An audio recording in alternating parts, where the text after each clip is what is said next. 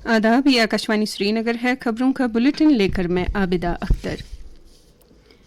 वज़ीर-ए-आज़म नरेंद्र मोदी ने कहा है कि भारत एक तेजी से उभरती हुई और काबिल भरोसा मईशत बनी है और ये काबिल एतमाद आलमी पावर के तौर पर भी उभर रहा है। नई दिल्ली में एक तकरीब से खिताब करते हुए उन्होंने कहा कि पिछले 12 बरसों के दौरान कई स्कीमें मुल्क की मजमूई तरक्की के लिए शुरू की गई हैं।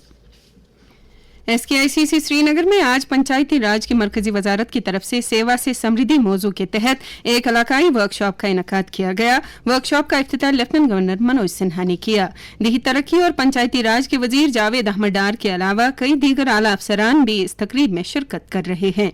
तकरीब से खिताब करते हुए LG ने कहा, माननीय प्रधानमंत्री जी के नेतृत्व में अनेक पहल पंचायती राज व्यवस्था में भी देश में और जम्मू कश्मीर में हुई है और निजी तौर पर मैं मानता हूं कि शासन में सबसे मुखर आवाज और सबसे बड़ी भागीदारी पंचायती राज संस्थाओं की होनी चाहिए अगर भारत को विकसित बनाना है। क्योंकि इतनी बड़ी आबादी ग्रामीण इलाके में रहती है, अगर उसकी उपेक्षा हुई तो जो लक्ष्य देश ने तय किया है, मुझे लगता है वो लक्ष्य हम पूरा नहीं कर पाएंगे। लेफ्टिनेंट गवर्नर मनोज सिन्हा ने डॉक्टर श्यामा प्रसाद मुखर्जी को उनकी बरसी पर खराज अकीदत पेश किया है। एक सोशल मीडिया पोस्ट में LG ने कहा है कि जदीद भारत के मेमार डॉक्टर मुखर्जी ने अपनी पूरी जिंदगी रवादारी को फरोग देने के लिए वक्फ की। उन्होंने कहा कि आंजहानी की गैर मामूली खिदमात नई नस्ल को तहरीक बख्शती रहेंगी। सदर जमहूरिया द्रौपदी मुर्मू आज शाम राष्ट्रपति भवन नई दिल्ली में एक तकरीब पर 65 शख्सियात को पद्म अवार्ड से नवाजेंगी। इनमें 2 पद्म विभूषण, 7 पद्म भूषण और 56 पद्मश्री अवार्ड शामिल हैं। अवार्ड पाने वालों में मारूफ टेनिस खिलाड़ी विजय अमृतराज, प्लेबैक सिंगर अलका याग्निक और क्रिकेट खिलाड़ी रोहित शर्मा भी शामिल हैं। ये बात काबिल जिक्र है कि इस बरस कुल 131 शख्सियात को पद्म अवार्ड से नवाजा गया। आज मुहर्रमुल हराम की 7 तारीख है। इस सिलसिले में आज वादी बर के इमाम बारगाहों, मसाजिद और खानकाहों में हुसैनी मजालिस का एहतमाम हो रहा है। कई इलाकों में आजादारी के जुलूस भी बरामद किए जा रहे हैं। हुसैनी मजालिस में अकीदतमंद मरसे ख्वानी और नौहा ख्वानी करके इमाम हुसैन अलैहिस्सलाम और शुहदाए करबला को खराज अकीदत पेश कर रहे हैं।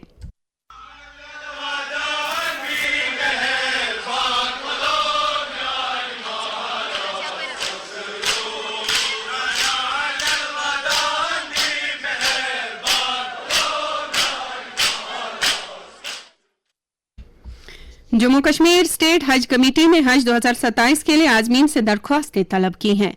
ख्वाहिशमंद आजमीन अपनी दरख्वास्तें हज कमेटी के वेब पोर्टल hajcommittee.gov.in या मोबाइल ऐप हज सुविधा पर ऑनलाइन जमा करा सकते हैं।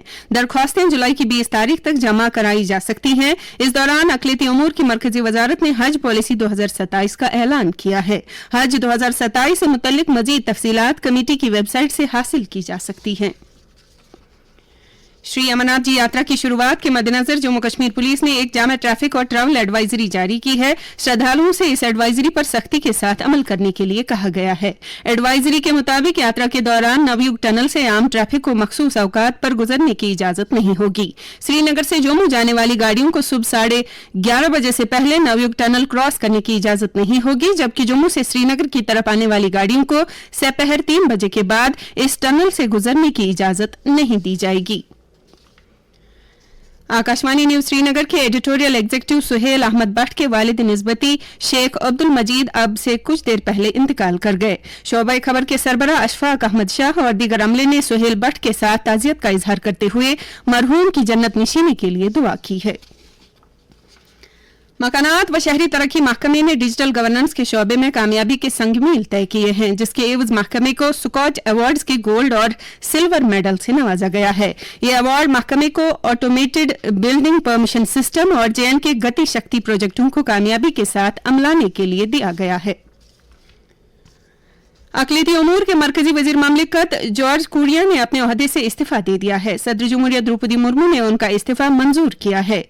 जॉर्ज कुरियन के पास फिशरीज, एनिमल हस्बेंड्री और डेयरिंग की वजारतों के कलमदान भी थे। दाखिला और इमदादी बाहमी महकमे के वजीर अमित शाह आज नई दिल्ली में भारत की कौमी जरिए इमदादी बाहमी मार्केटिंग फेडरेशन नेफिड के नीलामी पोर्टल का आगाज कर रहे हैं। बाद में अमित शाह नेफिड के बोर्ड ऑफ डायरेक्टर्स के अरकान के साथ एक मीटिंग की सदारत भी करेंगे। इसके साथ ही खबरों का ये बुलेटिन खत्म हुआ। खुदा हाफिज।